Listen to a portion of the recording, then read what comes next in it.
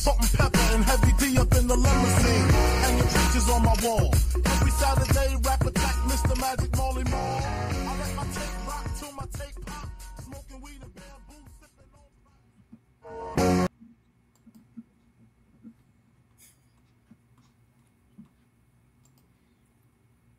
All right, welcome everybody. It is Thanksgiving week, as if you didn't know that. And FFPC main event and Fantasy Pros League this week. They start in less than 48 hours. Are you out? It's time to go get that league payout and buff that around. Hey, we're used to Saquon Barkley flipping games around here, but ultimately, that's no surprise. Did you get some of the more surprising starts of the week into your lineup? Like Jordan Addison, Jalen Waddle, Keenan Allen, Jonnu Smith, and Noah Gray. Who would have guessed they would be powerhouse players? But the one nice thing about a mega bye week is at least it kind of forces those players into your lineup. So that's a good thing. This week we're going to focus on the 3 Fs: family, food, and football. So let's get into the Empire. What do you say, guys? How did week 12 treat you? Dan the man. Pretty good. Pretty good. Can't complain. If I can get another week 12, I'll be happy here in week 13. But like you said, it's Thanksgiving week. It's my favorite day of the year come this Thursday. Food, football, family. Look forward to this time of year every year. It's money time, like you said. And let's get into the Empire. I'm pumped for it. Awesome. Nelson, how's your week 12? It wasn't bad. It was a mixed bag. I had some decent scores, and then other teams pretty much got put out of their misery. Is what it came down to. You know, there was just some teams that, you know, I put up like a 98, and it was like, okay, see you later. You know, game over for those teams. But then, you know, I put up a couple of 160s, and in this week it was kind of a weird scoring week. That, you know, 160 was pretty good. So Nelson, can you ever remember a year where you saw less than 100 points so many times on a weekly basis throughout our leagues than this year? No, I think I mean, obviously, like trying to think back to years and years ago, I don't remember. I feel like this year, yeah. I feel like, you know, looking through the leagues, it was just, there was a lot of like 112s and 108s and things like that. And it's just ugly. Amateur scores. I have a first place primetime team that scored 99 points this week. You know, like I was cruising. Best record and most points in the league going into this week. I dropped a 99. You know, like it's, you know, next week maybe it drops a 180. Like that's just, I've done that a couple times this year with certain teams. You go from a 175 down to a 95 back up to a 165. Nothing. It's all over the map here. So you just need the right combination of scores. If you're lucky enough to be in on a Saquon Barkley, guys like that, you know your scores are going to be up over 150 as long as you don't have a whole bunch of busts around him in your lineup. So you know, in this particular week. So let's hope those weeks are coming for all of us here in the next 2. Yeah, Saquon did be good this week.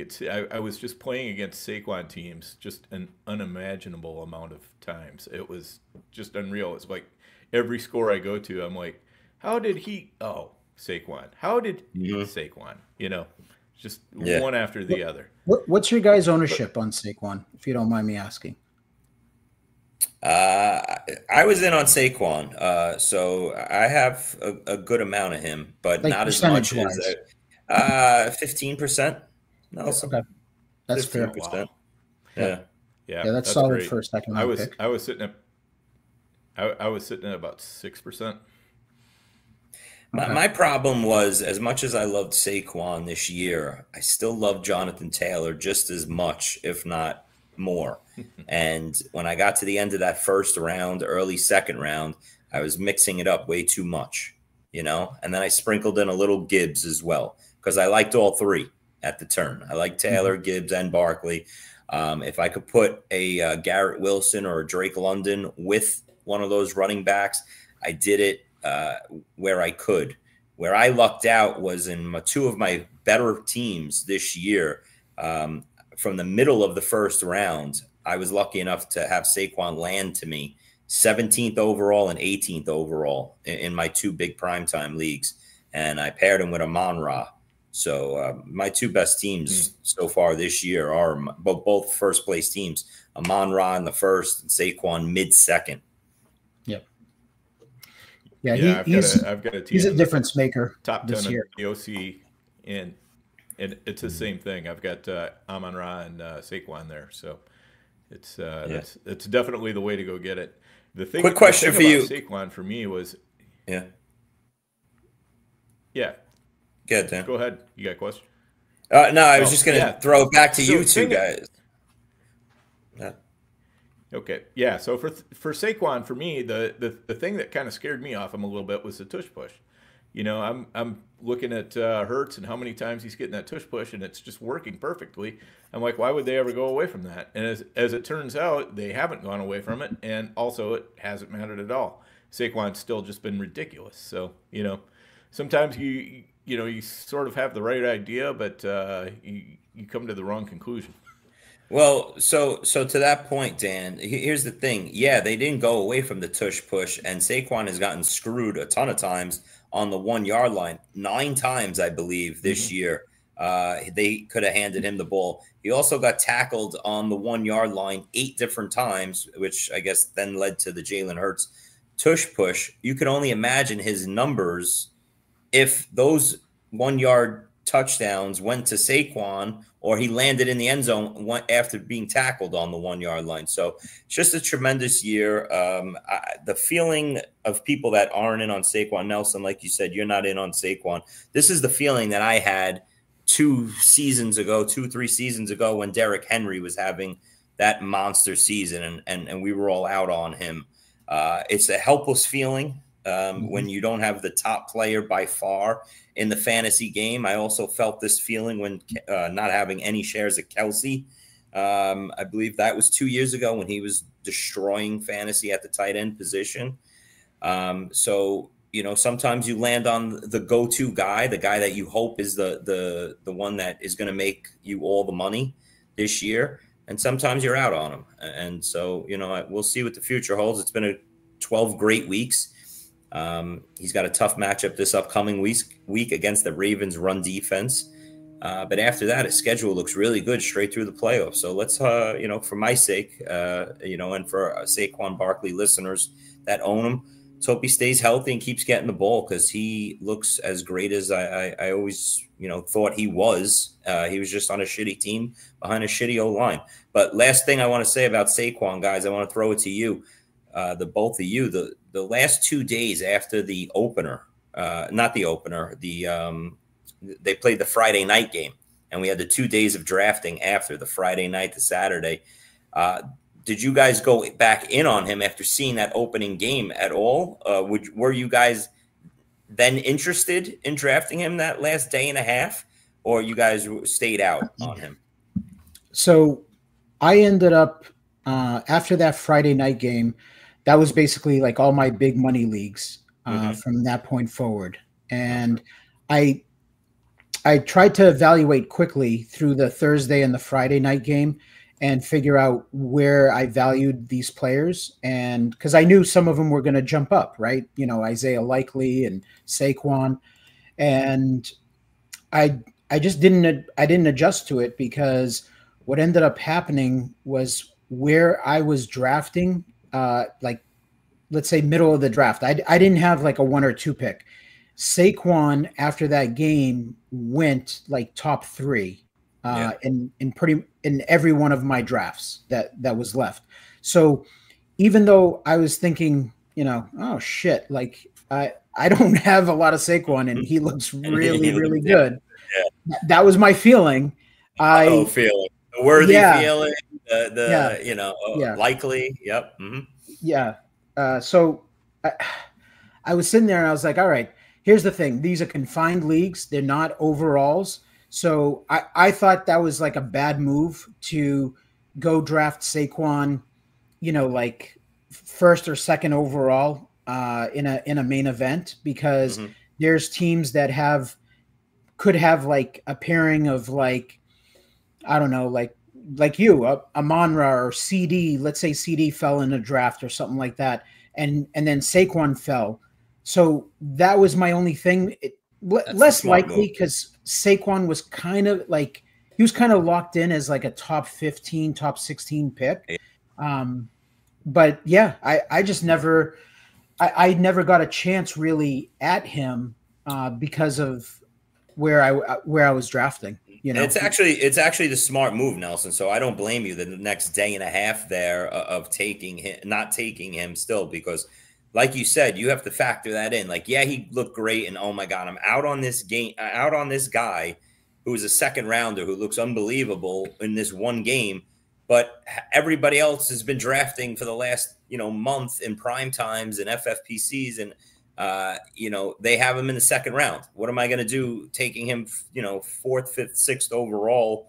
And now he's my first, now he's my number one. Now he's my first round pick, not a second round pick like everyone else has him with a stud, like a Chase, a Jefferson, a Amon-Ra, like guys like that. So it's the smart and right way to play it, Nelson. No doubt about it. Like you were talking about. It just backfired.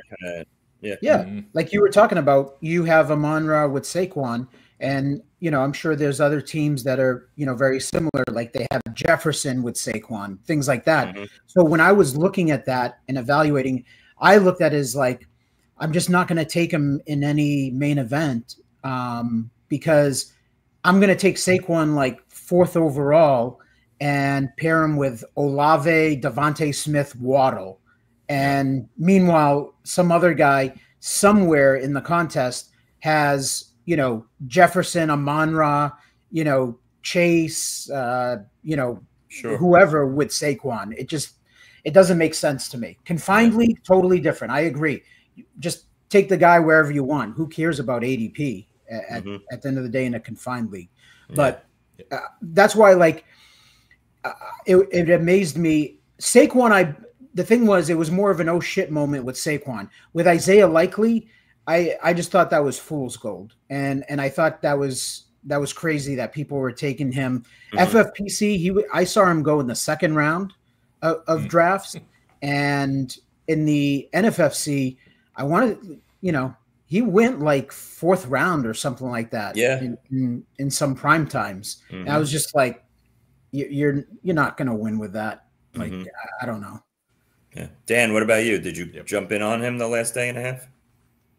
No, I really didn't. I only did one confined league after Friday night, so it just wasn't really anything I could worry about. For the reasons Nelson explained. I mean, you can't push him up that early in the main event. So I don't think I took him in any mains on Saturday at all. Yeah. All right. Yeah. Well. So there you go. So, the only negative part about that Saquon game on Sunday night was that it just didn't happen on weeks 15 through 17. If you're a Barkley owner, those are the games you pray for come weeks 15 through 17 in the fantasy playoffs. Hopefully he does it again. But I mean, listen, it's nice no matter when he does when one of you players does that.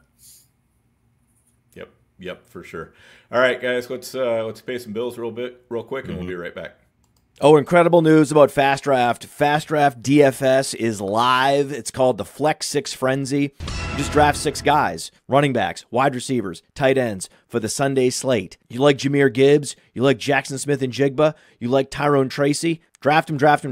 And the beauty is you can just order 5 teams, submit your rankings, and Fast Draft will email you the results. We awarded $1,000 in prizes our first week, and we're just going up from there. Soon there's going to be a select 6. No drafting at all. You just pick any 6 guys. Our DFS mantra, just say no to salaries on Fast Draft. Don't forget there's free tools on Fast Draft too. You want to get ready for startup season? We've created the best Dynasty mock draft experience there is. And if you want to play in these DFS contests, and our best ball contest for 2025 are coming very soon too, just use promo code PODFATHER when you deposit and you get a free draft. It's that easy. And you're like, oh, I already have Fast Draft. Great. Refer a friend. Have them put your username in as the promo code, and then you and your friend will both get an instant deposit match up to $25. We got DFS. We got Dynasty Mocks. We got Best Ball. It's all there for you on fastdraft.app. Check it out. And the promo code is PODFATHER.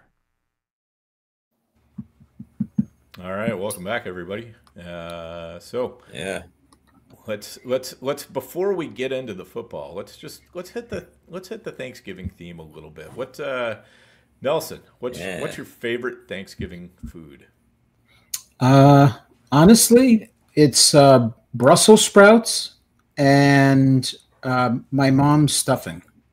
That's my wife makes these Brussels sprouts with bacon, and those are money. Yeah, those are money. I really like it, and then my mom makes this like stuffing. It really good. So those are my go-to. All right, big fan of the Brussels sprouts with the bacon. Absolutely. Funny enough, I'm laughing because my answer is the same as Nelson. My mother makes this unbelievable stuffing that her mother, my grandmother, made a recipe with sausage in it and everything. Give me a little turkey with gravy, a little of that stuffing, and I'm good to go, pretty much. So that's my go-to combo right there. A lot of people will call me crazy, but I like the turkey the best. I mean, if you get that turkey done just right, it is absolute perfection. You got to spice it up right. You got to, everything's got to be perfect on it. But I mean, it's just so much effort to make a turkey and to get it perfectly. It just always steals the show for me if it's done correctly. Yeah, and the key to the whole day, Dan, is making sure we sit down for dinner as soon as that Lions game ends. You got a good 30 minutes in between before the Dallas game kicks off. Let's hit the table. Let's get through everything, and let's get right back on the couch. Stuff like fat animals. Sit down and watch the Dallas Giant game this year. Stink it all up. I'm actually planning my Thanksgiving dinner around that game, so I don't have to watch it. That's not a bad idea. My family's started as soon as kickoff starts. I told my wife, they were like, "Oh, what time do you want to have dinner?" Nelson, big football guy or whatever. And I was like, I don't know, do it middle of the day or whatever. And they're like, what? Like, yeah, that's not like you. Is he feeling okay? Yeah, you're like, screw it, I don't care. Yeah. It's an ugly game. I know we're gonna get into the Thanksgiving slate. That's just that game. In the beginning of the year, I was excited. I'm a Giant fan. Hey, they get Dallas and Giants middle of Thanksgiving. It's happened a good amount of times through my life. That Dallas Giant game at 4 o'clock. I always look forward the most to the Dallas game every year on Thanksgiving, especially when they play the Giants, and it fell apart so quickly this year. I thought that game had a good potential for some fantasy goodness and even a good game, but now it's good Lord, Cooper Rush versus who knows? I think Dan, you might be quarterbacking this Thursday. DeVito's banged up, so they got no choice. They got to go with Locke. But I think it's a big difference. I think it's a big deal, actually, Nelson. In all joking aside, because DeVito is god awful. He is what's the Vince McMahon league over there, the XFL. He's an XFL quarterback. He is terrible, and he's going to kill neighbors if he stays in there. Please give us Drew Lock to save our neighbor shares the rest of the season. It's BS because I think I follow a little bit of the Giants, and I think what's going on is Drew Lock has bonuses built into his contract. That's exactly what it is. Yeah, and they said we're already taking it on the chin with Daniel Jones and his money. We don't need to do we're tanking. We don't need to put Lock in and pay him, a bunch of touchdown bonuses and things like that. Let's put DeVito in. The fan base kind of, Tommy Cutlets, that whole thing. Maybe that, that keeps people, interested, but that ain't from a football standpoint. That Drew Lock needs to be the guy. So what it does is it kills the morale in the locker room, okay? Because even I forget who it was on the defensive side of the ball, the Giant last week, but he said Daniel Jones was the best quarterback in our quarterback room. So now the whole team already knows you're taking a step backwards and putting the scrub in DeVito and overlooking Brian Burns, Chris. Yeah, it was. You're right. Now that I remember, you're right, Nelson. It was Burns. So now the locker room, it's not like, all right, we got this young kid. He's got potential. No, they all know he sucks. And that the plan here is let's tank the last 6 games of the season here. Let's get a top 2 or 3 pick, and we'll get our quarterback there. But for the players in the locker room playing right there, you skipped over a veteran like Drew Lock, that a guy like Neighbors and Wan'Dale Robinson, they know, all right, this guy can get us the ball and we'll play. We'll get our numbers here. But after watching what we saw on Sunday, the kids are deer in headlights, and the organization is tanking. And on top of it, like you said, Nelson, it's incentive based. Drew Lock's already making $5 million. He's getting $250,000 extra incentive wise for like every game he plays, and it would add up to like another $2, $3, $4 million if they hand the keys over to Lock. But guess what? As fantasy players, that doesn't do shit for us as Malik Neighbor owners. So it's just a bad situation to be in. And the only way we get saved is if this forearm injury to DeVito turns out to be something that he can't throw. Not that he can to begin with, but he actually can't throw because he's hurt. And we get Drew Lock. Maybe we get saved like that on Thanksgiving and for the next upcoming weeks. Yeah. I was excited for Neighbors down the stretch and into the playoffs. He has a great schedule. And once they switched to Daniel Jones, and I get it, like, Daniel Jones wasn't playing good or good enough, but he was still the best quarterback in the locker room. And that, as players, when you play football and you're on a team, that's how you evaluate it. You're not us sitting on the couch, fantasy players, just worried about, fantasy points from our players. You're playing the game and you're looking at it as like, Daniel Jones at the end of the day gives us our best chance to move the ball and to try to win the game. DeVito and Locke are not better than Daniel Jones, even though Daniel Jones, probably, has wore out his welcome, with the Giants and needed to be replaced, but maybe not, this year. You needed to play out the season, because that's what happens is you lose the locker room because the players can see through the bullshit and they're like, come on, bro, you're cutting the dude, you're putting him at free safety in practice, doing some stupid shit. Clown like show. Clown show. Yeah. And they showed up, and as usual, they were completely lifeless this past Sunday. Tampa Bay came in there, kicked the shit out of them on both sides of the ball, and it was embarrassing. So what do you guys see for this game, the Giants Cowboys? Buddy on the Giants other than Tracy and Neighbors? Probably not. Surprisingly, Chris, what I've noticed is Cooper Rush is actually, for fantasy purposes, is putting up numbers. Yeah. Like that first start was absolutely horrendous. And I was like, oh man, this is ugly for CD and this whole offense. But the last 2 weeks, he's slinging it. And I think he can move the ball. I just think the offensive line is banged up, and everything just seems like it's around the line of scrimmage with CD. And, we got to get him on some deeper routes. The problem is Dak is the one with the arm. Cooper Rush does not have an arm. That's the issue. Yeah, I see it the same way, Nelson. With Cooper Rush, the last couple games have been good enough, right? And they've been doing this without Ferguson. He got concussed early. I want to see when Ferguson comes back in. He's probably going to miss the Thanksgiving Day game. That first game with Cooper Rush, it was a complete disaster, and I was like, whoa, this wasn't the Cooper Rush that I remember seeing in the previous years when he filled in. I thought he was going to be a competent backup that got the ball out and kept this offense, not, a big step down from Dak, but not a Tommy DeVito, like that. Like, I think I called it a couple weeks ago, like a Colt McCoy. Yeah. Go ahead. Yeah, Dan. Yeah. That was the right take. And, the people who panicked after 1 week of, a terrible game by Cooper Rush, there's no doubt panicked are the ones who lost out. Taking into account what he had been able to do in multiple games before that meant a lot more than that one game to me. So I hung tight on Rush where I'd had to grab him. I hung tight on Lamb where, kept putting him in the lineup because I figured this was probably going to work itself out. Do you guys? What I about think Lamb. against? I the think Giants? Lamb How will do be you guys see fine. the Cowboys going. Yeah, I think Dan, real quick. I think Lamb will be okay. I just think the ceiling games of him being able to drop a 35 or a 40 with Dak every week.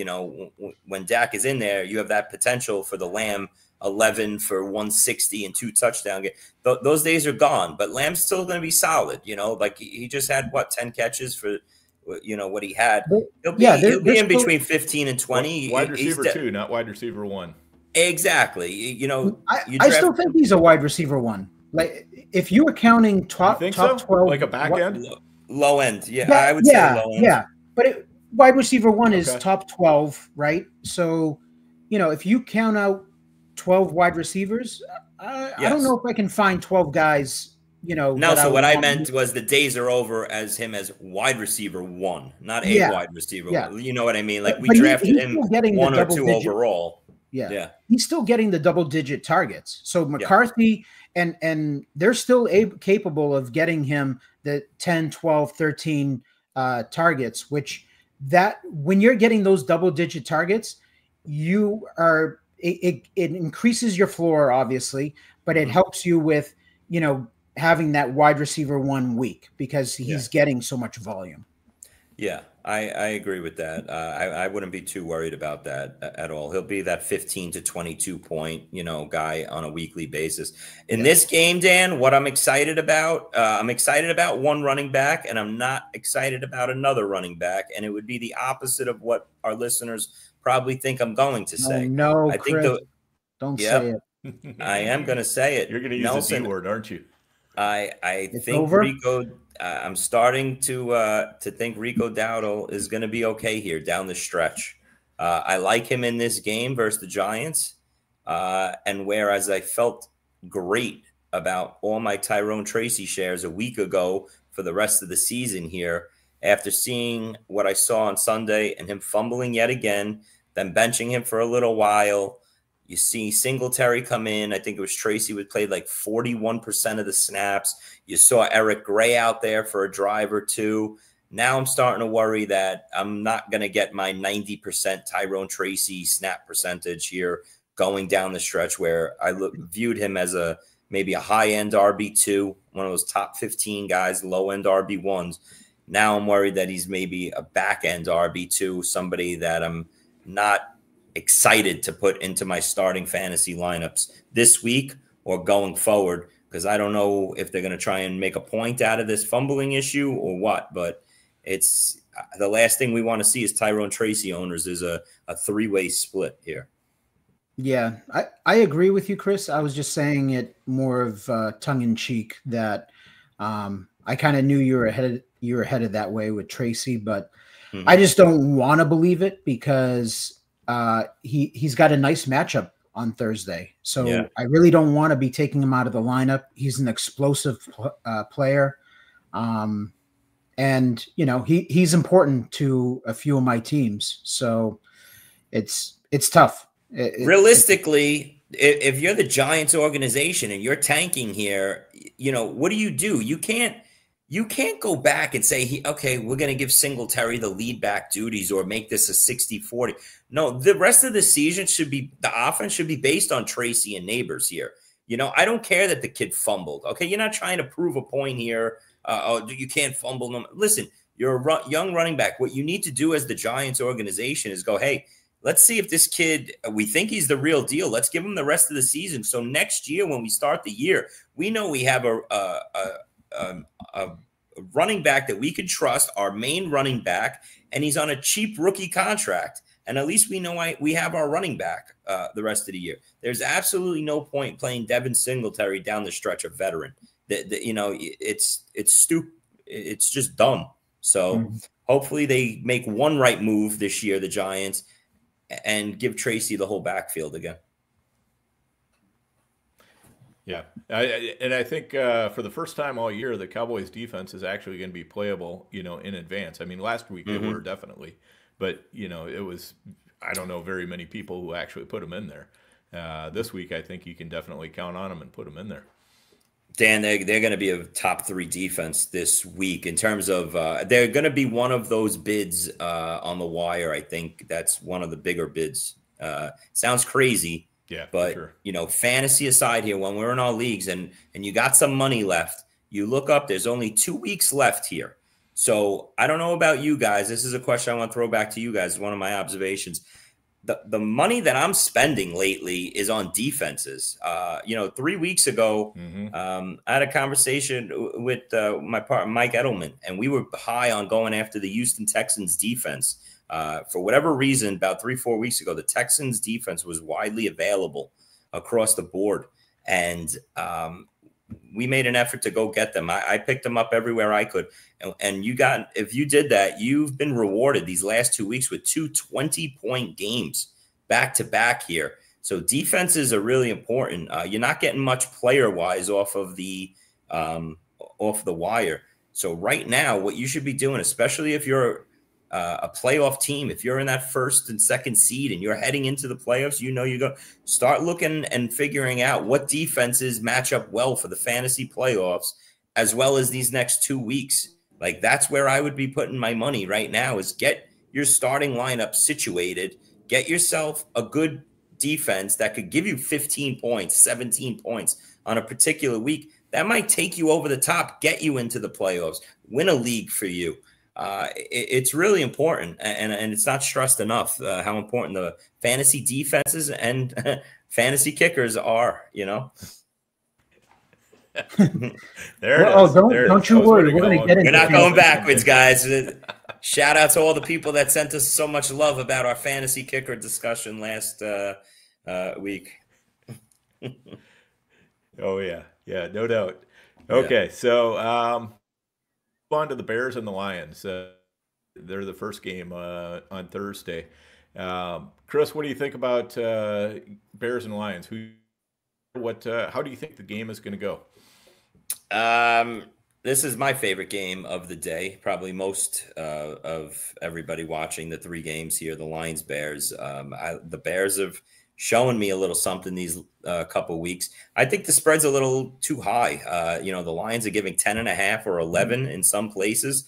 If you remember last year, the Lions were flying high. They came into Thanksgiving Day looking like big favorites, and they got killed. And the Lions are the Super Bowl favorites pretty much right now.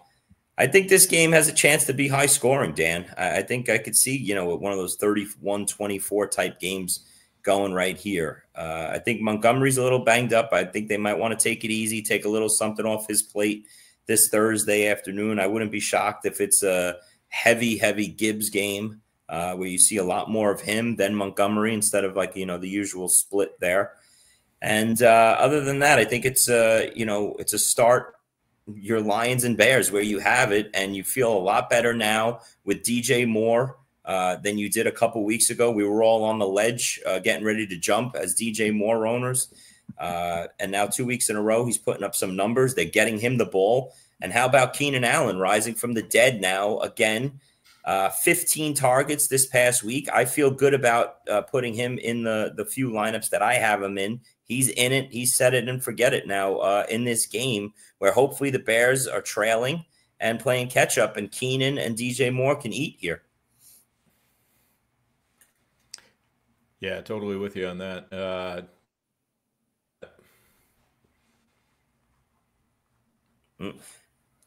think Dan. Dan. I think Dan. Okay, you're back, Dan. Oh, for me.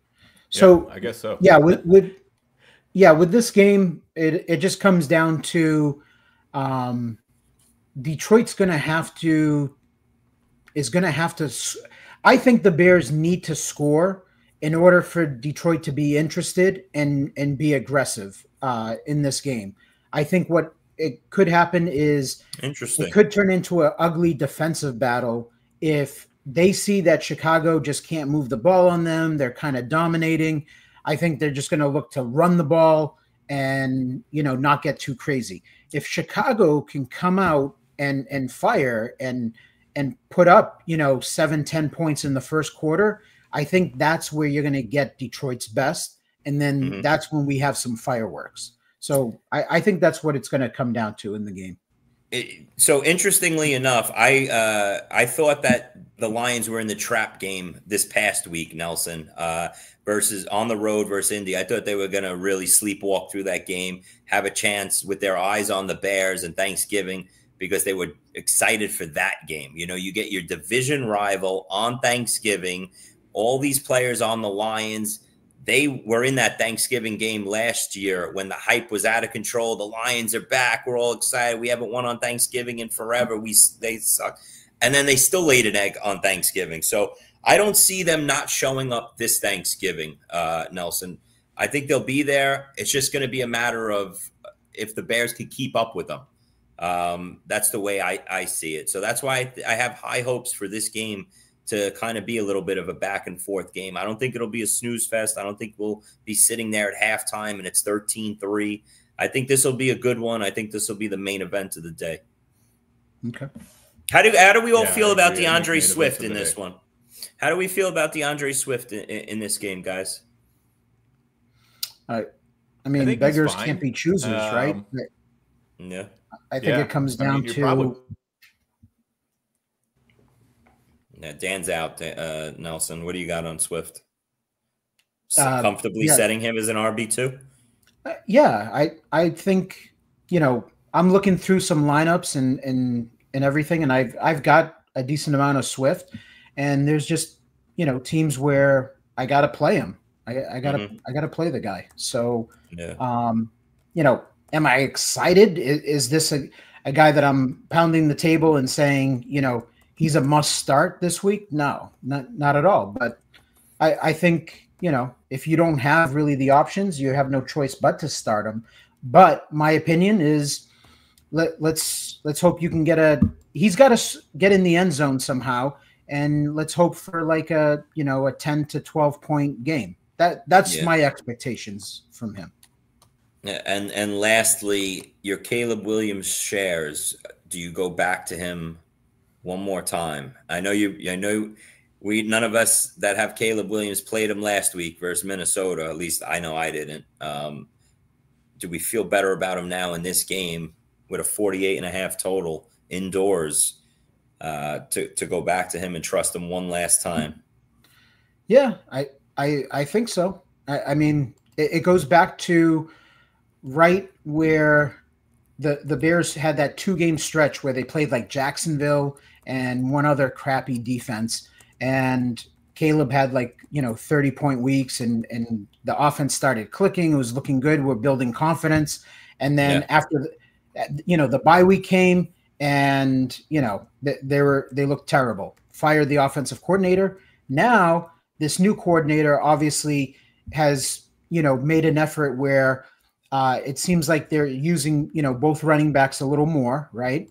Mm-hmm. But they're getting, what I've noticed is DJ Moore is getting it done. He got it done with that touchdown and everything. He's a playmaker, but Keenan and Adunze are seeing double-digit targets. Yeah, 15 and 10. Yep. Yeah. So that's the one thing that I've noticed is that they focused on, Keenan's kind of that guy that we know is dependable over the middle. So they're focusing on that. Like that's Caleb's best friend. And then Adunze, it just comes down to he's getting the targets. He's getting the air yards. He was open deep on one play where Caleb was just too quick to throw underneath, but he had released upfield and the defenders, I can't think, it was either Komet or Keenan Allen that was running a crossing route underneath, and the DBs, converged on him. And if Caleb just waits one more second and sees Dunze's throwing up his hand, walk-in touchdown. So yeah, he's still not there yet, Caleb, in terms of, his pocket presence, in terms of being relaxed in the pocket, letting the play unfold.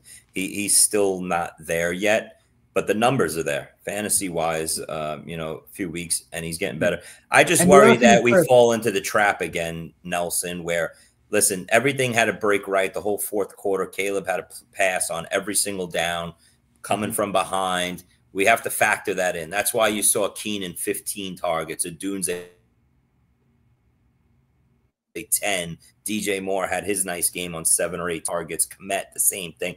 Everybody was able to eat, because when you get into that game script, when you're down 17, 14, the whole second half, and you're throwing, that's when we all eat, you know, in the fantasy world. So, but that's why I'm excited, because I think that exact situation could break out again this Thursday. And who better to do it against? The best team in the league, the best high scoring team in the league. Maybe the Bears are trailing by 14 all game long, and we get the Bears to eat again. Yeah. And it's so funny, because if you know that I've been a stickler about this, where I treat fantasy football as it's a week to week in terms of, you know, fantasy season. I don't look at it as like, oh, rest of the season, that sort of thing. Things change. And there was one episode where I was talking to you guys, and I was saying how Caleb Williams, I'm excited for him, because if you look at his matchups down the stretch, they're actually defenses that, like, he can move the ball on. Mm-hmm. And the fact that the offense that they're facing can put up points on the board, which it forces, you know, Caleb and forces the Bears offense out of their shell and gets them to be more aggressive. So, and then of course, you know, a week, 2 weeks later, I'm ready to cut his ass. But what I'm moving forward, if you look at that schedule, Chris, it's actually, you know, pretty decent, you know? And it's why I'm kicking myself, because I cut about 50% of my Caleb shares about 3 weeks ago, hand up. I did it. I had enough. I had been burned too much. I didn't think it was going to come together. And then, of course, the week after I cut him, they let go of the offensive coordinator and things started turning around here. And now you look up going into week 13, which is why I'm always a stickler for holding on a little too long. And now I made the mistake of cutting bait on Caleb, especially in a good prime time, where I turned my whole quarterback room around from the beginning of the year. It was Caleb and Matt Stafford, and Stafford lost his receivers. Caleb was terrible. The team was loaded. I just was struggling at the quarterback position. I got out of that, and now I have a Geno and Tua quarterback room, and I wish I had my Caleb Stafford room back. Even though Tua was good, has been good, you know, it's just let me throw this one at you, Nelson. Caleb Williams, Kyler Murray, Kirk Cousins. Kirk Cousins at home versus the Chargers. Kyler Murray on the road versus Minnesota. And Caleb at Detroit. Rank them 1 through 3 and how you would start them. I would go Caleb. And give me Kyler, a confidence level. Cousins. And give me a confidence level out of 10 on all 3 of them. 1 through 5. I'm gonna say Caleb is a 4. Ooh. Kyler is probably like a 3.5. And Cousins is a 3. Interesting. Okay, so Caleb, you have ranked over Kyler and Kirk this week. This week, that's how I would start it. Okay, now let me throw Tua into the mix there. Tua, in Green Bay, 28-degree weather. Are we trusting Tua? And where does he rank on that scale? No. You're out on Tua. I'm out on Tua. He could prove me wrong, but historically, you know, again, that's one of the things that I look at is at the end of the year, Tua historically has not been very good, and it's because we get into colder weather games, and he's not playing every game at home, and that's the issue. So at Green Bay, you know, if you give me like that option, those quarterbacks, I think there's room for fireworks in that game. I think it's got 47.5 maybe? In the Green Bay game, 47. Yeah. 47? Yeah. I checked for the wind. There's no wind in that game, 5-mile-an-hour wind, but 28 degrees. So, you know, you got Miami coming on a short week to Green Bay. I want to be out on the Tua business as well. But I jumped ship this past week versus New England, Nelson, as well, and I paid for it with the again 320 and 4 touchdowns. I did start him in one league. I was out on a big spot where I went to Geno over Tua in that league. and Gino dropped the dud of all duds with Kyler right next to him with a 16-6 disgusting game. That was definitely the downfall of my Sunday, was that Seattle Arizona game. I'm not going to say this is like black and white, but you start Tua at home if it's a fairly decent to average matchup, and you don't play him on the road. It's a simple. I don't want to say it's as simple as that. I'm trying to stay away from that, but you can go off of that and feel pretty confident that you're going to get it right. Yeah. All right, I know we lost Dan here, but Nelson, let's jump into our observations here. Why don't you kick us off with what you saw on Sunday, and let's chop it up here. Well, I'm going to throw a curveball on this, because my observations this week, we got FFPC playoffs and we got 2 weeks to go with NFFC. We're at the home stretch. So I look at it as like, who gives a crap what my observations were this past Sunday? What matters is like, okay, it matters what I saw. And then it's kind of, let's talk about the players moving forward and who's going to help us, potentially win leagues and championships, some money, who's going to perform well. So I actually put together a list of kind of like a top 5 at each position. And it's based on my confidence level of how they're performing and their schedule down the stretch and into the fantasy playoffs. So I like it. Yeah. All right. This is in terms of how we rank, how you're ranking running backs, receivers, quarterbacks, 1 through 5 in the league in fantasy right now. Yeah. So gotcha. Okay. Yeah. And I think my FTN subscribers are going to enjoy this, because I typically in season, I have my rankings for draft season, but I don't do rankings in season. And I hate doing the whole, hey, rank these like 7 guys. And it's like, listen, let's go with the obvious start sit options. There's really 3 options, and let's pick a guy, rather than don't list me 7 guys, because the last 4 guys were not even, in consideration to start. But I wanted to do this because this is kind of like my prediction of the guys that I think are going to do well here down the stretch for us. All right. Let's hear it.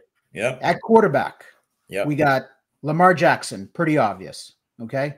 He's been the best quarterback in fantasy, and I think that stays. Okay. Let me jump right in real there. My best team is a Lamar Jackson team, Nelson, and I've had my eye on the playoff schedule the whole time. That second week, we start off the opening week of the playoffs at the Giants, right? I like that. Beautiful. Yep. You get that Steeler game in week 2 versus the rivals, which he always struggles against the Steelers. So it's not an all wheels up here. But he's at home this time. He is home in a revenge game. So, yeah, I will like it more than, him being in Pittsburgh, as long as the weather holds up. And then we have, I know he goes on the short week to Houston for the Christmas Day game. Yeah. So, and luckily, I know I just talked up my Houston Texans defense, but they just got chopped up by Will Levis and Tony Pollard over here. So I won't be worried about that. What I will be worried about is how a team and an offense reacts in a weird situation playing, if I'm not mistaken, that's a Wednesday game, correct? I want to say it's a really, really short week. It's really effed up the schedule makers, what they did this year, trying to get in the Christmas Day games. But what they did was the 2 Christmas Day games, the 4 teams playing are playing each other on the Saturday before Christmas. So you got a Saturday, Wednesday schedule, and I'm worried about how these teams and offenses react with that shorter notice. But we'll see. But, listen, there's no denying Lamar's QB1, right now and rest of the way. Yeah, I get it with the Pittsburgh game, but I still think that it's Lamar Jackson. He put up 18 fantasy points the first go around. I think he can put up 20. and that's not gonna kill you. It's not gonna be. Listen, you're starting Lamar regardless. He's exactly. QB1. You're starting Lamar, and what I'm saying is he could put up a crooked number against the Giants, and then against Houston on turf. Okay, and it's a Houston offense with Nico back. They can put up points, right? And they could throw it on Baltimore, and that could be a nice back and forth game. That's all I'm saying is agree. Agree. I can't go predict 5 quarterbacks and leave Lamar out. Oh no, I'm getting too cute there. Okay? Yeah. Jalen Hurts. 2. Most people will have that, correct? Okay. Joe Burrow. But 3. Yeah.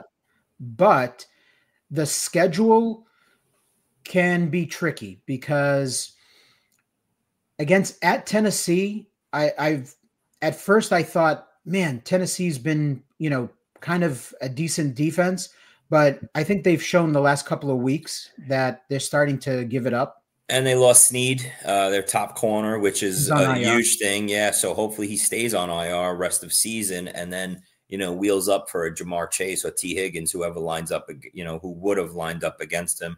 So yeah, big advantage playing against that Tennessee D rest of the way. He gets Cleveland in week 16, which I'm like, oh man, division game, Cleveland, decent defense. But at the end of the day, like Cleveland's like another one where, they didn't look all that great. So I'm not too worried about that. Okay. Week 17 is the thing. This is tricky. Denver. Yeah. So that's just ugly. Yeah. Taken out, you got Surtain taken out. And not that he's going to take out him, but it's not a, all systems go. We got Burrow and Chase, going for all the money here. Who's he up against? Oh, he's got Surtain, the toughest matchup in the game. So, yeah. Okay. Listen, if you would have blindly asked me my top 3, we would have been on, the same schedule right here. I would have had Lamar, Hurts, Burrow. Yeah. So I just wanted to put in that disclaimer with Burrow that, I've got him in my top 5, but I did look at that schedule. And I'm like, that schedule is tricky. I could see, a couple of games where he just doesn't put up monster games. So maybe I'm playing it a little too safe, with that one. No, listen, I agree. So good. He's been so good. He's got the weapons. He's got the right combination you want in fantasy with a bad defense, 2 big time weapons in Chase and Higgins. And they're the type of team that could play high scoring games every week the rest of the way. So Burrow's been, one of the best fantasy quarterbacks pick wise that you could have made this year. And guess what? If you think back, Nelson, to August and September, nobody wanted Burrow. People were running scared from Chase early in the drafts in the first round. Burrow was routinely falling behind all those top 7, 8 quarterbacks.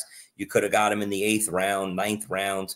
And if you weren't scared away by him, it was, you're probably up top in your standings. Yeah. No, absolutely. Next guy, Baker Mayfield. He's just been so good all year long. Good. And that schedule is, from this week at Carolina, the whole through the whole playoffs, the whole fantasy playoffs. It's such a good schedule. He's got Mike Evans back, and he's been so good. He's been a top 5 quarterback in fantasy. So I think that continues down the stretch. So here's the thing. I love that call, Nelson. One of my observations was to talk about this Tampa Bay offense and what I saw this past week. I loved it. You get Mike Evans back here. Here's a caveat. If you're a Michael, you sleep like a baby right now. Evans would be one of those guys down the stretch. If I owned him and I had a team that was competing for a top 3 spot to get into the fantasy playoffs, I would be loving the situation I am in. Mike Evans has this, 1,000-yard streak going. And with the time he's missed, he's about 500 yards now behind after his, this past week, 550. They're going to force feed Mike Evans the ball down the stretch here so he can reach that 1,000-yard streak to keep his Hall of Fame resume, still going here. I think he's going to get it. Him and Baker are going to put up big numbers week in and week out the rest of the season. Like you said, the schedule opens up. Baker's the real deal. You know, I've tried to I own Baker in some leagues. I haven't had him in as much as I wish I had because I'd be higher in the standings. But on those teams, Nelson, Baker is set it and forget it for me rest of the season. As a matter of fact, he was my backup quarterback to my Caleb Williams on a couple teams. And he's the reason why I said, you know what, screw it. I'm cutting Caleb Williams and rolling with Baker the rest of the way here. Yeah. And then the last guy, Josh Allen, he's too good. And when I look at the schedule, you know, there's no defense that like scares me. It looks great. Like at the start of the season, I would have said San Fran, like, ooh, that's ugly. I would have said the Jets in week 17, like, oh, that, you know, that's terrible. Yeah. Not anymore. Like, nope. You know, I don't worry about that defense. So I think he's got the potential too to be very good in the fantasy playoffs. And then my bonus guy, okay, that's, you know, he's out on waivers. All right. So he's the guy to pick up this week. Okay. Let's hear it. Drum roll. Levis. Will Levis is my surprise guy down the stretch that I think is going to be really good. Wow. Okay. And give me the reasons why. All right. So we've got now 3 weeks in a row where Levis is putting up 20 to 25 points. Okay. In fantasy. Okay. And it's actually been against decent defenses. You got the Chargers, the Texans, and and I skipped Minnesota Vikings. Okay. Those are all defenses that at the beginning of the year, as bad as he looked, we would have said, well, we can't start Levis, like zero confidence. But that's now 3 weeks in a row that against good defenses that Levis is putting up decent numbers. Okay. Now, down the stretch, Washington, Jacksonville, Cincinnati. They're going to have to, that Cincinnati game. They're going to have to score. They're going to have to throw, put up points at Indy, and then back to at Jacksonville.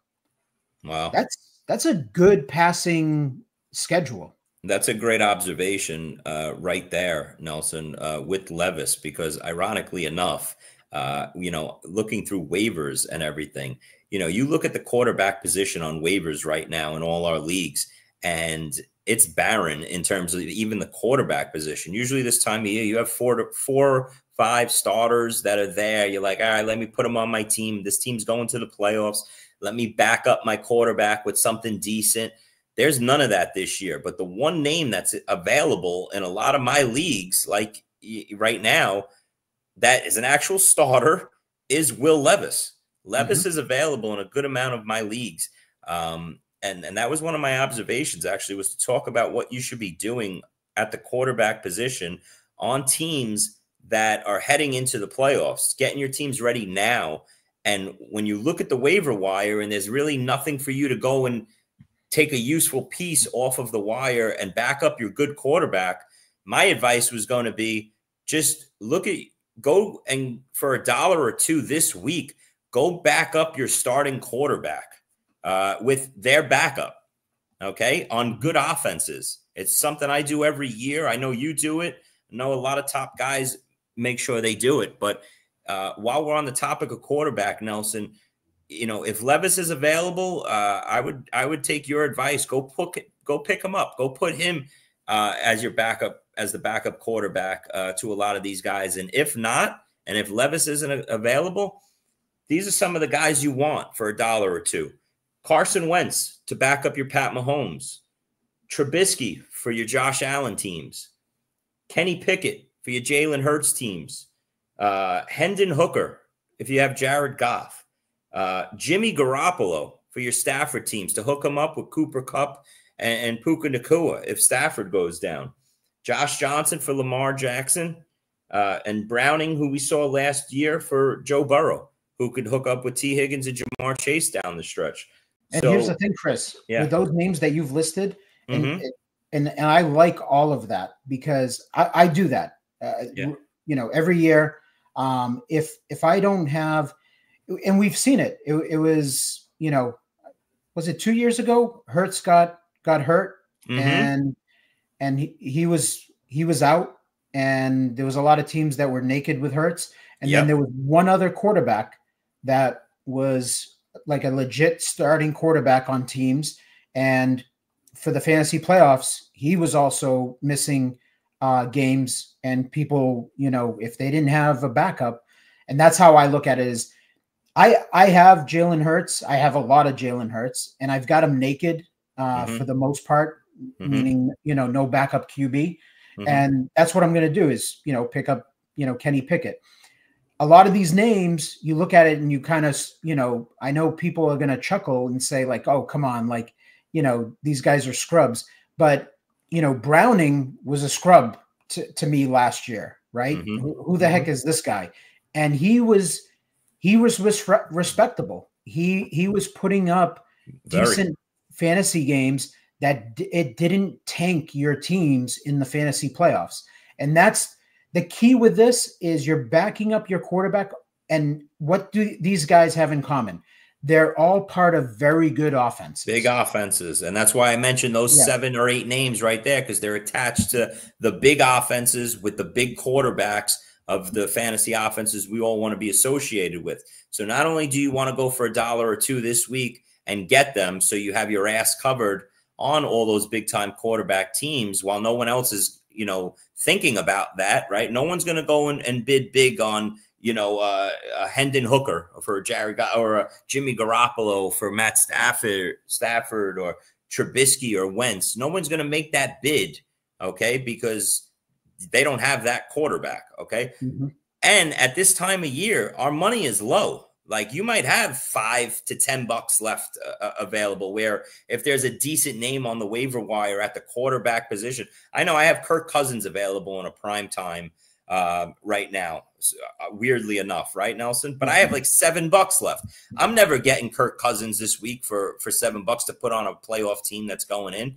But you know what? It's a Pat Mahomes team, just say. I know I could get Carson Wentz for $2, and now I have my quarterback position settled up going into the playoff run. So, you know, if you don't have the money and you want to play it smart where you cover your ass, sure, bring 3 quarterbacks in. Bring your starter, your big-time starter in with his backup that's probably like an average, you know, backup quarterback as your number 2. And then just cover your ass as the, you know, instead of that 7th wide receiver, put that Carson Wentz for $1 in this week so you have, you know, everything covered. Because you might lose Mahomes in week 15, first week of the playoffs. And you know what? You might go, I'd rather have Carson Wentz, you know, than my, you know, Tommy DeVito. Tommy DeVito. If you have Tommy DeVito rostered, you better go. No, you better go make here, that $1 or $2 quarterback. Chris, but here's the whole point of why we're bringing this up is because, like us, there's a lot of fantasy players out there that, you know, maybe are listening to this show that if they have Josh Allen and they have Jalen Hurts and Lamar Jackson, they probably, you know, most likely want to use that other bench spot for a stash running back, right? Or they got kind of, you know, crappy tight end play. So like they're rostering, you know, 3 tight ends, right? So because they look at it as like, why do I have a backup QB? I have Lamar Jackson. I'm starting him every week, right? Right. So what ends up happening is as you get ready for the fantasy playoffs, especially in FFPC and NFFC, okay, those 2 leagues, FFPC playoffs start now. Playoff teams can still make pickups, okay? Players are locked, okay? They started getting locked at FFPC, you know, before this week. I think like now for 2 weeks or whatever. Yeah. There's nothing for inventory. So if you've got Jalen Hurts and Mahomes and these guys and Burrow, you want to pick up their backups because there is nothing left. There is no quarterbacks to pick up. You're better off rather than that, like, you know, picking up Aiden O'Connell, okay, from the Raiders. Like Minshew's out for the season, right? So you pick up O'Connell. he might freaking lose his job next week, and it might be somebody else starting, right? It might be Ritter. So instead of picking up that guy, guarantee yourself that you have the guy if your starter goes down, and let's say he just misses a week, God forbid, like one of these stud quarterbacks, get an ankle sprain or whatever, and they miss week 16, and you just need fantasy points out of that QB position. Mm-hmm. Take the guy that for sure is going to be starting 4 weeks from now, whereas a lot of these lower level scrub QBs, you have no idea if they're going to be starting or not.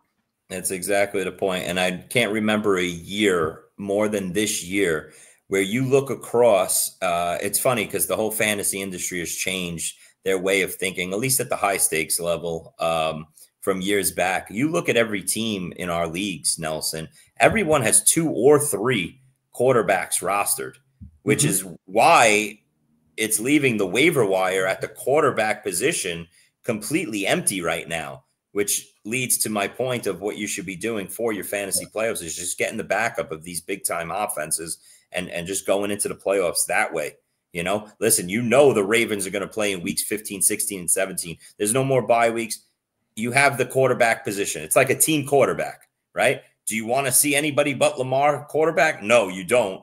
But at least if, he gets a concussion and he's got to miss a week, and like you said, you backed up Lamar with an Aiden O'Connell, and Aiden O'Connell's going into, a bad matchup, and you're like, oh, this guy could get benched or give me 7 points. I'd rather attach my quarterback to the big-time Raven offense.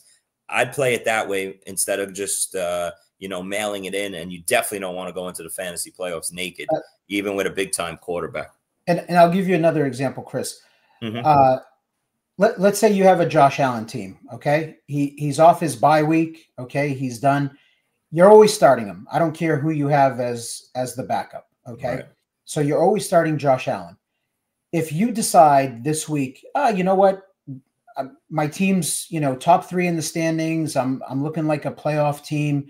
I want to get my backup QB now in case of an injury.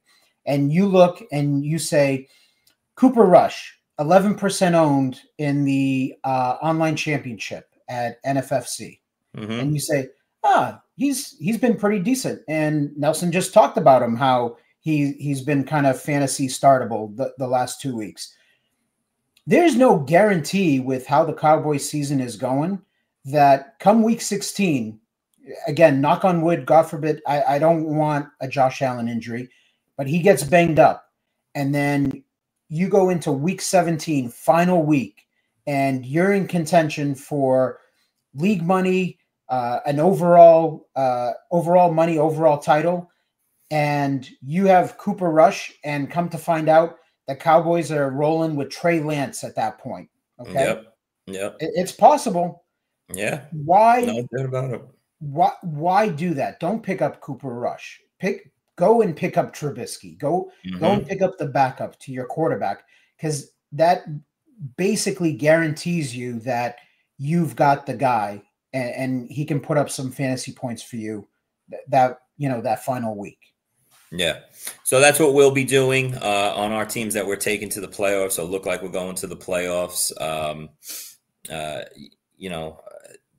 I just think it's a smart way to play it. And that's the way. Shout out to our guy Duke Viveros checking in on us, wishing us a happy Thanksgiving. Happy Thanksgiving to the 2023 Bullet champion.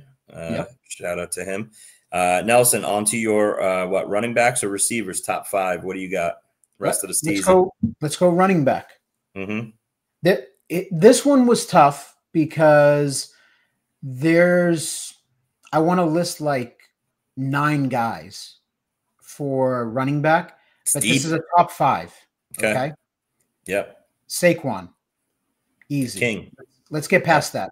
We don't need to talk about Saquon. No, you don't. Okay. Bijan Robinson.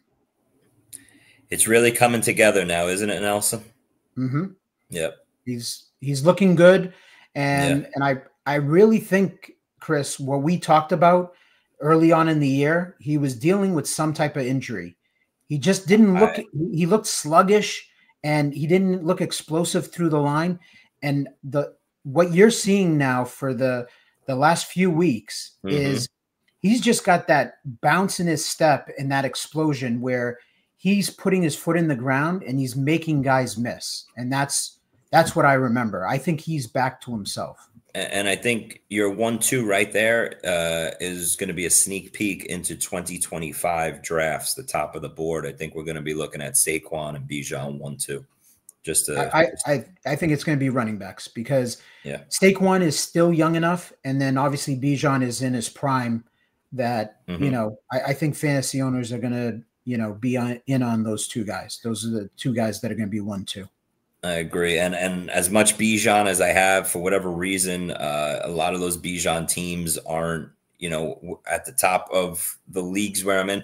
I just have this feeling that I'm going to be sitting on the sidelines basically come the fantasy playoffs with no Bijan teams in the fantasy playoffs.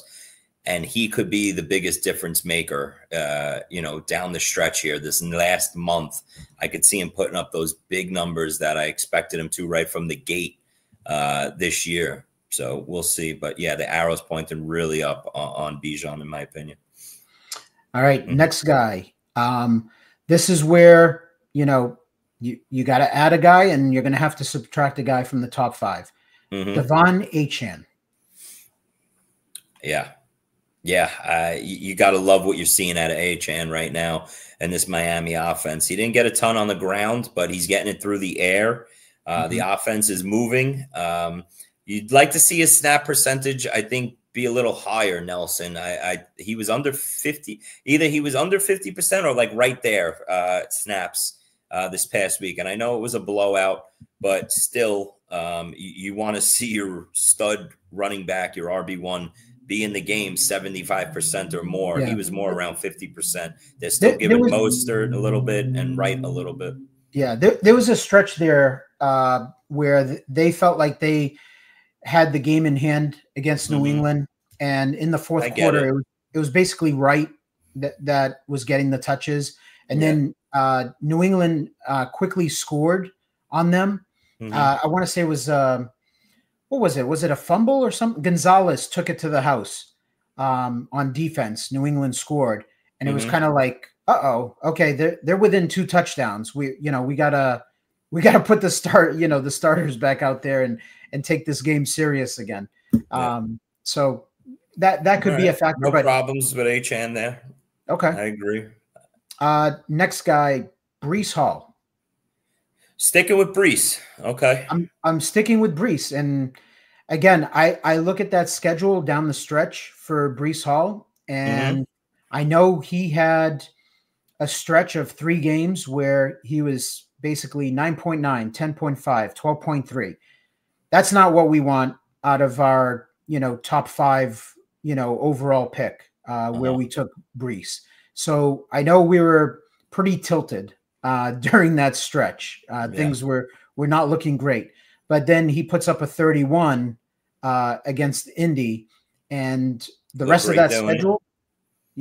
I just think the rest of that schedule down the stretch, I think Breece is going to be good. So I hope you're right, Nelson. I do. I worry about the chaos on this team. I worry about we look up in a week or 2 and maybe they're pulling the plug on Rodgers. And I don't know what they would do after that. There would be no point in pulling Rodgers for a Tyrod Taylor, another veteran. Hopefully Rodgers stays in there.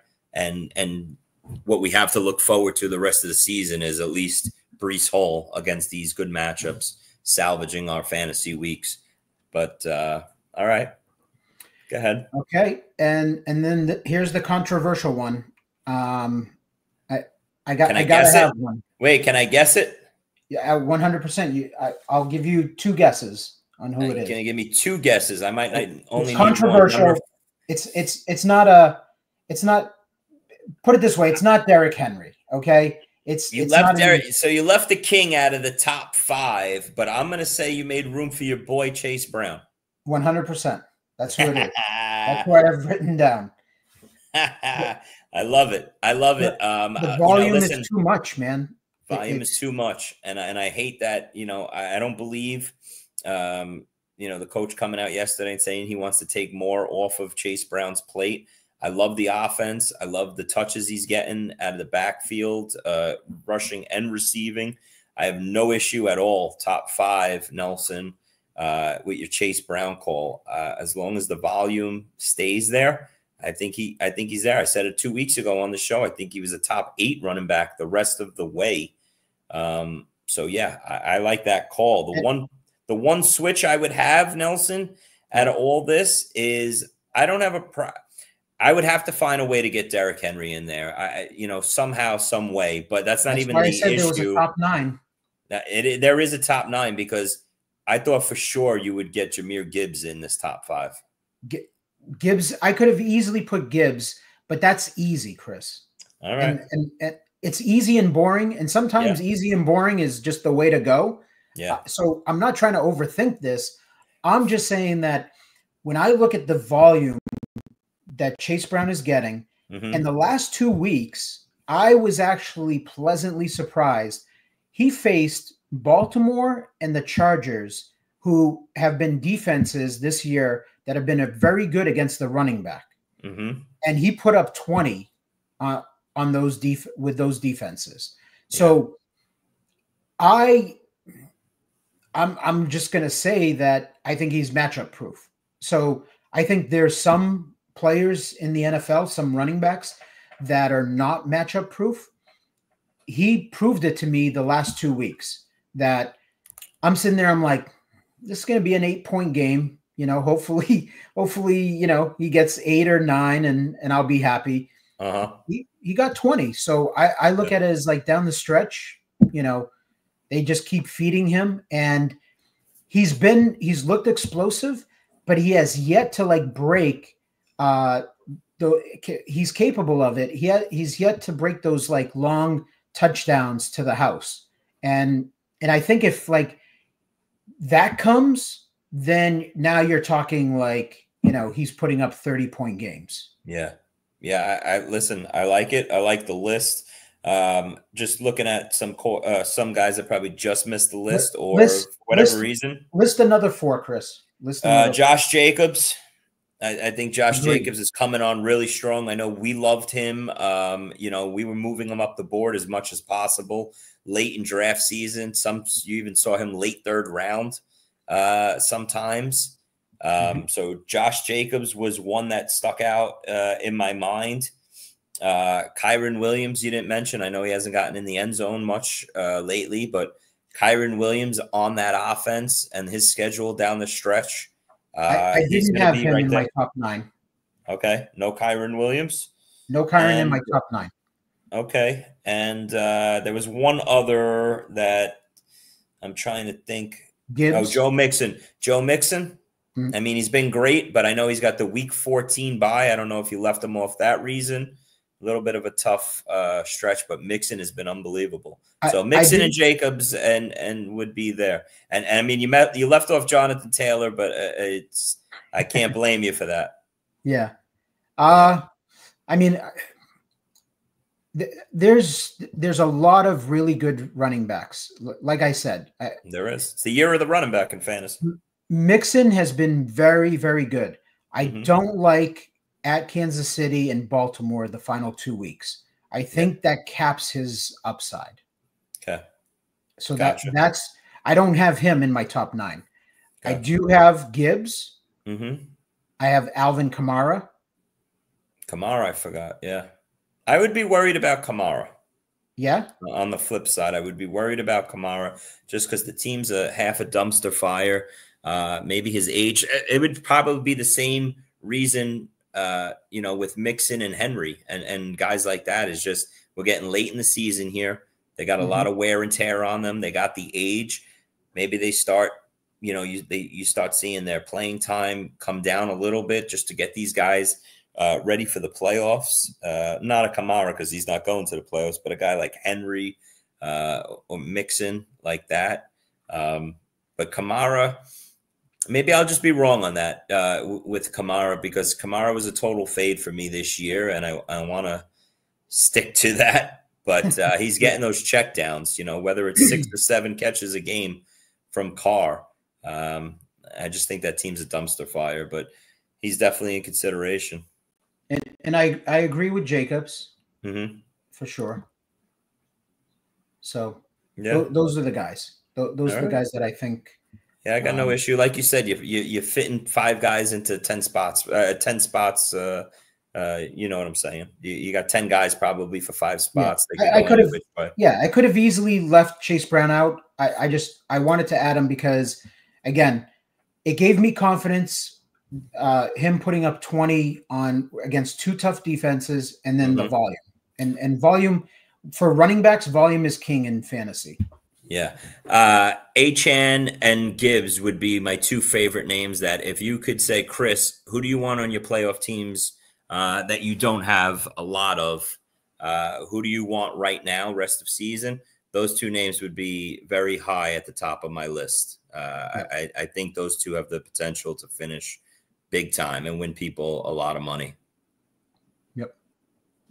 All right. You want to hit the wide receiver position? Jalen Waddle's 1, I assume. We can move on to 2. Jalen Waddle, DJ Moore. We're just gonna we're gonna go. Hey, buddy, it was a huge week for the Jalen Waddle, DJ Moore owners.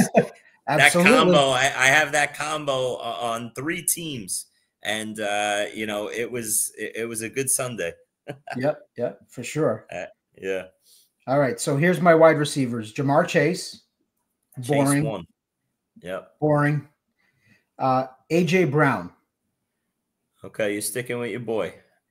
I just love that schedule down the stretch, and I think he's going to get the volume with Devontae possibly missing time. Yeah. I just think, okay. That's definitely a guy that that I think is going to be really good. And then I wanted to pull up just quickly his schedule. So I wanted to tell you. So Pittsburgh is a blip on the screen. Okay. He does get them in week 15, but Baltimore, okay, this week, Baltimore has been a pass funnel. Okay. Carolina, Pittsburgh, Washington, and then Dallas.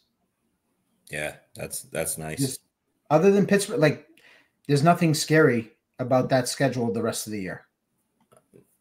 There is not, no. I like it. Next guy, we just talked about it. It's a combo, and this is where it gets super controversial. Okay. But again, guys, the disclaimer is these are the guys that I think it doesn't matter like what they've done all year. It's the guys down the stretch that I think they might come out of the woodwork like Jalen Waddle and just be very good. DJ Moore and Adunze. That schedule and wow. Yes, I've got them in my top 5. Ooh. Like Bold. combo. Bold. It's crazy. I know. I like it. Okay.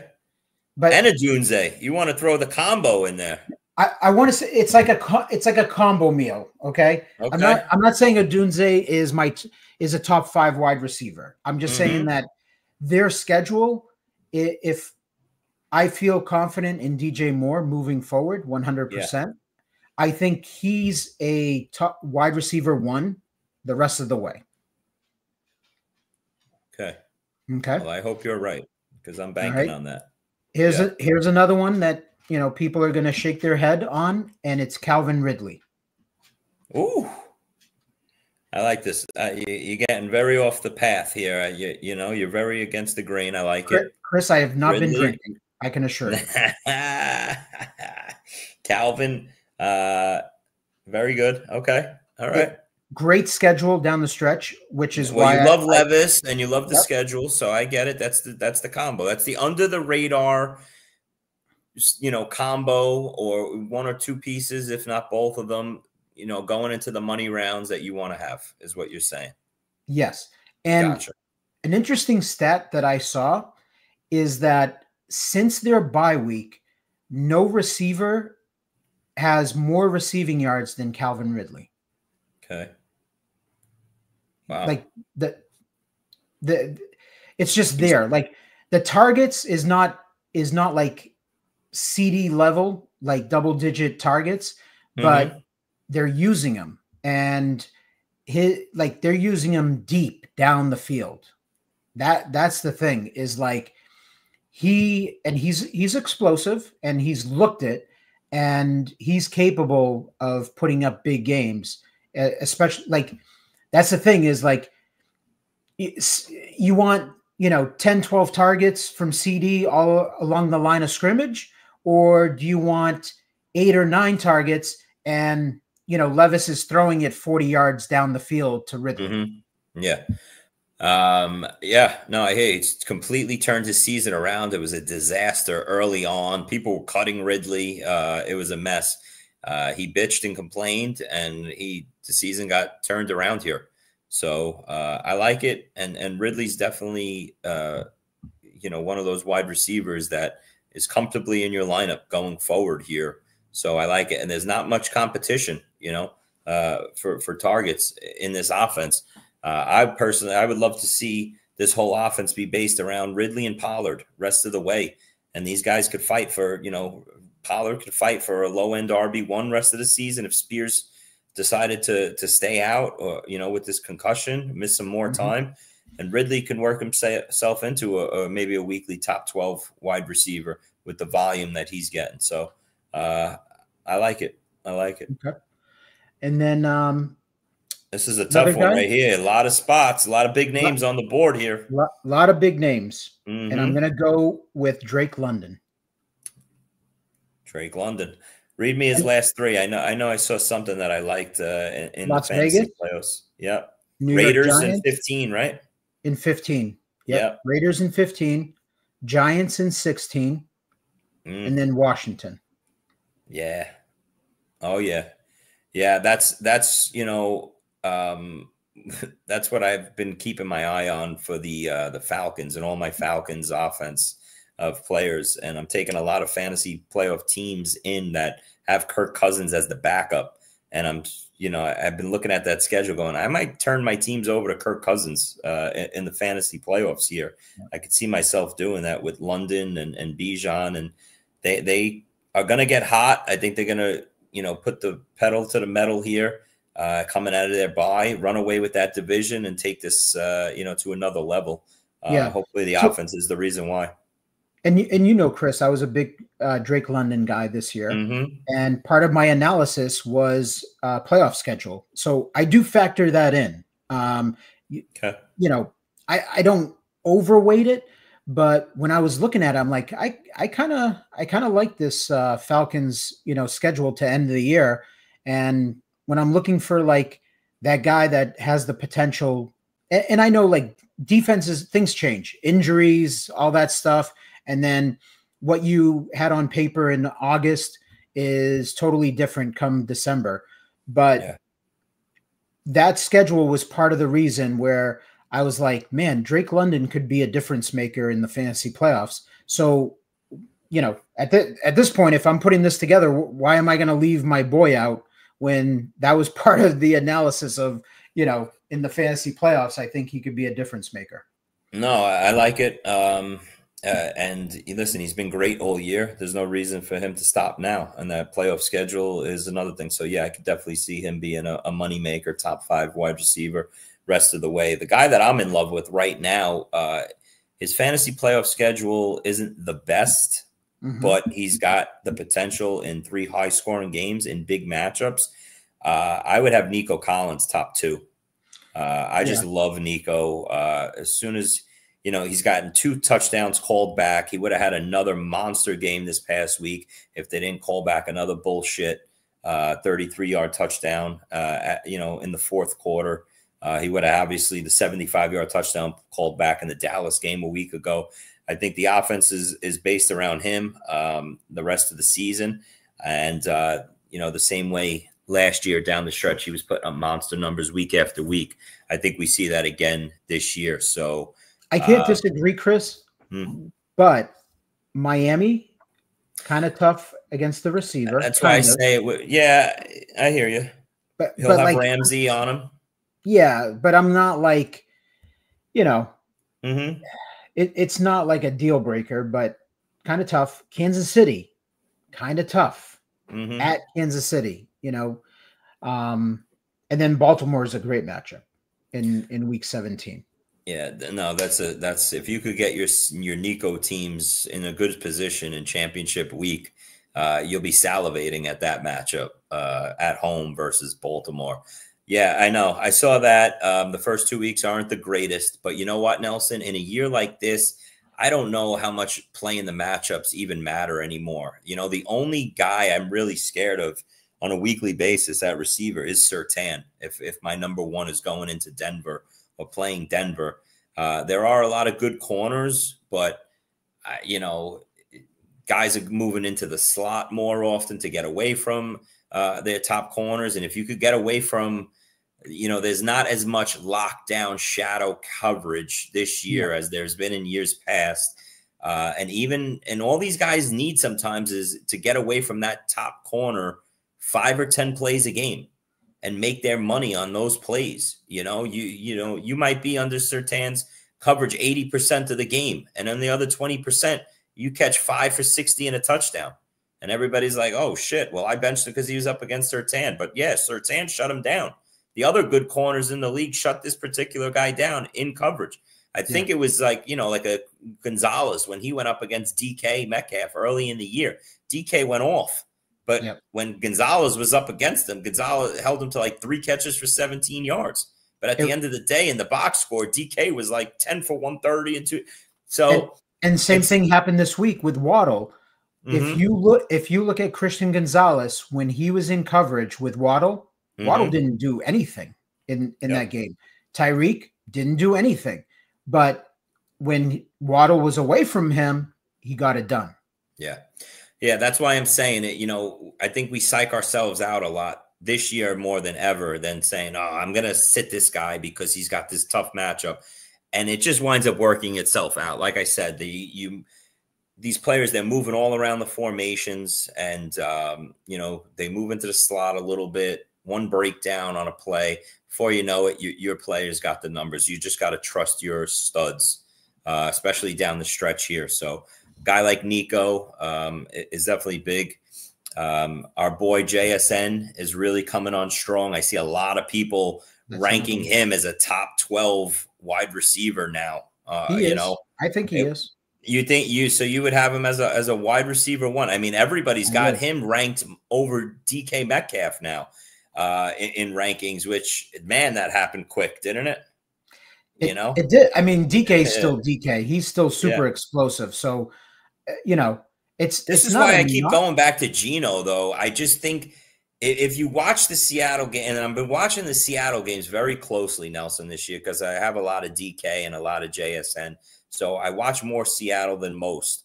And it's just week after week, the games get game scripted out. Or, Arizona this past week, it was like an 8-minute drive to start the game. It's like every week there's something. When are we gonna fall into the Seattle's down 14-0 middle of the first quarter, and it's Geno throwing for 3.5 quarters, and we get the Seattle offensive explosion. It's just it hasn't come together for this offense in a long time, and before this year ends, we got to get one of those Geno throws for 375 and 4 touchdowns, and DK and JSN, or everybody's eating.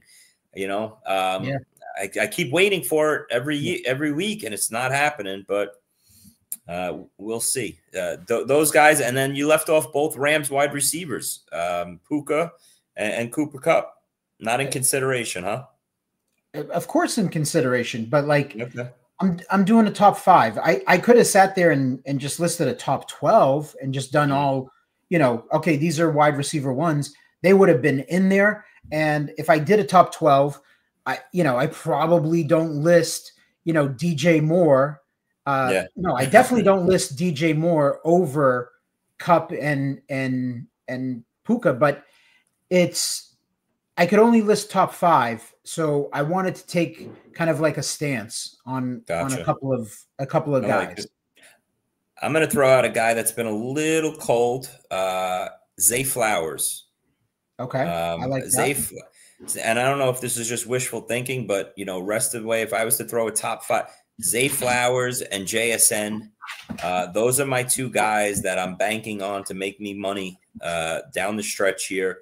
And I hope that as you know, these top guys in these offenses, that they really, we're talking two young guys that I expect us to be drafting in the top 24, 30 overall in fantasy drafts for years to come here.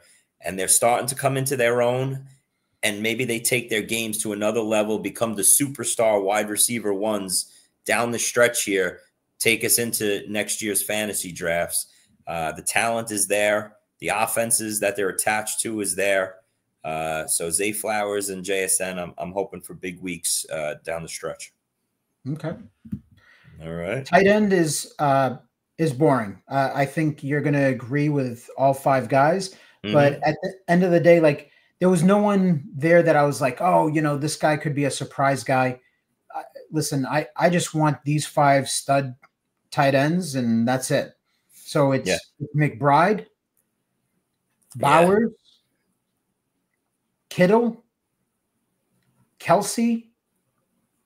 Maybe this is a surprise to people, Jonnu Smith. Oh, so you believe Jonnu the rest of the season here? He's just been too good. Okay.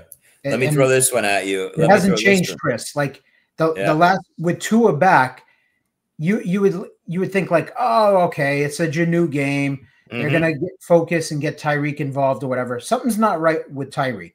All right. He's not having a good year. And every week, Jonnu's getting the touches. 11 targets again. I picked him up off waivers 2 weeks ago in a big prime time, Nelson. And I've benefited the last couple of weeks from his points. Here's the funny thing. Well, give me this one. As I'm writing down these five, and I got no argument there with the top two. Although I think we're catching a little bit of a break here, oddly enough, with Bowers as your number two guy. You know, last week on the show, I said, oh my God, we dodged a bullet. They almost went to Desmond Ridder, but they stuck with Minshew. And now Minshew goes down, and I'm ripping up my Bowers teams because we're about to go back to Ridder. And then all of a sudden, the knight in shining armor comes back here, and Aiden O'Connell all of a sudden coming off IR, and he's going to start on Friday and hopefully the rest of the season. So, and Chris, as soon as I saw that, okay, I saw the Minshew injury, and I'm like, that doesn't look good. I'm like, this is not good. And then out for the season, I'm like, this is bad. And then as soon as they said they were activating O'Connell, I was like, we are back. We are back, baby. We are back. Yep. I know. That's so funny. I thought the same thing. So, yeah, no problem. By the way, Trey McBride, what a stud. He's been everything we've wanted him to be and more. I'm loving him. Kittle, listen, Kittle's a stud. But another team that looks like it's a mess. I think we're going to get Brock Purdy back, though, so no issues with that with Kittle. Kelce's Kelce. My question to you would be Jonnu Smith or Taysom Hill rest of the way. Who do you want in your lineup every week? Right now, Jonnu. And I know Taysom has been a cheat code, and that was the whole point of like why I drafted him on a ton of teams. But you mentioned this about Kamara, and I'm going to say it about Taysom Hill. It's a shit show team that, you know, and weird stuff can happen, you know, with that offense. And I just don't think Taysom Hill is going to be putting up those like monster type of games. I knew he was capable of it when we were drafting him, right? So I was taking him pretty high. I was taking him in the NFFC where he was tight end eligible. I was taking him like 9th, 10th round in drafts. And because I envisioned that potential in him, and we saw it before their bye week, but that's not going to happen every week. Yeah. All right. So maybe I'm a little higher on Taysom Hill. Two things on that. Funny, oddly enough, I have a Dalton Kincaid primetime team, right, Nelson, where I picked up Taysom Hill 3 weeks ago, and I had Kincaid and Taysom Hill. When Kincaid went down and missed that last game before the bye, I put Taysom Hill in. That was his 42-point week. So now I had a Taysom Hill, Kincaid tight end room, right? And I'm like, oh, wow, this is interesting. Like, I might have a tight end controversy going forward. Then I looked up and I said, wow, in a week, I have Hill and Kincaid on the same bye week. So I went to the waiver wire, and who's sitting there but a prize in Jonnu Smith. So I picked up, so I dropped like $200 to get Jonnu Smith to complete my team. Now I have a tight end room on this primetime team that's third in points in the league, and it's a Kincaid, Taysom Hill, Jonnu Smith tight end room. So how do you like to pick from that tight end each week going forward? I got to be honest, Chris. I think we got to give up on we got to get off the Kincaid train at this point. Yeah. And when you have two legit options like that of guys that have actually been getting it done, that's really your decision. You're not going to release them and give them to another owner in your league, but you're just going to have to bite the bullet, and he's just going to sit away on your bench. But he's not an option with those two guys. No, I mean, it's oddly enough that the reason why I bring that up is because he's safely my third tight end now. That's the way I look at it. I was looking like, who am I going to start this week? And to me, it's between Taysom and Jonnu. It's Kincaid didn't even factor in for me, and that's how crazy it is. But I do agree. I think Jonnu and Taysom Hill are both top 6 or 7 tight ends, in my opinion, on a weekly basis going forward, just because of the touches. Like, is Taysom crazy talented? No, but the Joker role that he plays, catching it, throwing it, getting 5 carries, when they're inside the 2-yard line, they're bringing him in. He can give you that floor game of double-digit points, and I don't know how many other tight ends are really doing that right now. So we do have a couple nice options here at tight end down the stretch. That's it. One quick question on the sidebar. Speaking of that Saints, I wanted to throw at you for the high stakes players playing right now. I think he's about 75% available. What are you doing in leagues that you're taking to the playoffs where you see a Chris Olave available on the waiver wire in leagues? Are you salivating at something like that to take a chance off the waiver wire right now and get a talent like Chris Olave, which you're not getting a talent like a difference maker, like a Chris Olave off the wire with a couple weeks left in the season? Is that something that you're definitely making a move? And this is really more of a high stakes guy, for the people listening at home. This is a high stakes discussion move, or your competitive leagues at home and everything.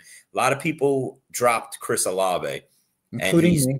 And he's due back week 15. The reports earlier today saying that he feels great. Is that something that you want to take a chance on? And if you have a good amount of money, empty the clip on a difference maker like Chris Olave that could show up in week 15 and maybe help you out in fantasy playoff time? Or you're saying, I don't believe it, and letting him go? Well, I will say I was premature to drop him. Okay. I should have looked at it because I had a decent amount of Chris Olave teams. And I felt that second concussion, I'm like, oh man, that's scary. Looks like a Tua situation. I'm like, I just don't see how he plays the rest of the year. So I just cut him.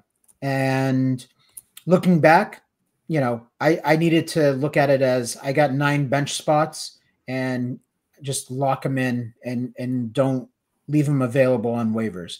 If he's available, I definitely think that he's the kind of guy that you're just not finding anything available that's as good as Olave. So I would definitely go out and get him. Yeah. I think it's a move you have to make, even if he never plays another snap. Instead of adding a shit 7th running back or 7th receiver or whatever, unless you want to play that, get yourself a second defense or something. Play the matchups. If you have the room at the end of your roster and you're in one of those leagues where he's available, that's something I would do. Yeah. But with that, Nelson, it's been a nice little talk, buddy. It's been fun. We almost did about 2 hours over here. That went quick. And that's with two of us. Like, yeah, it's amazing. We go over the time, and it's just two of us. You would think we would do that with four guys. Yeah. It went quick. Shout out to our boy Matty Mo. He missed a week. He forgot that he lives in a different time zone. So next week maybe he'll remember. I know we changed the time this week, but before we get out of here, Nelson, happy Thanksgiving to you and your family, to all our listeners, everybody in the chat room, all these comments, we see them. Happy Thanksgiving to all you guys. Thanks for sticking with us all year long. Thanks for checking in. Check us out next Tuesday, 11 o'clock. Be sure to hit the like button, subscribe to Player Profile channel. If you're listening to the pod, give the show a like there as well. Until then, good luck, everyone, in week 13. We'll see you next week. Happy Thanksgiving to all.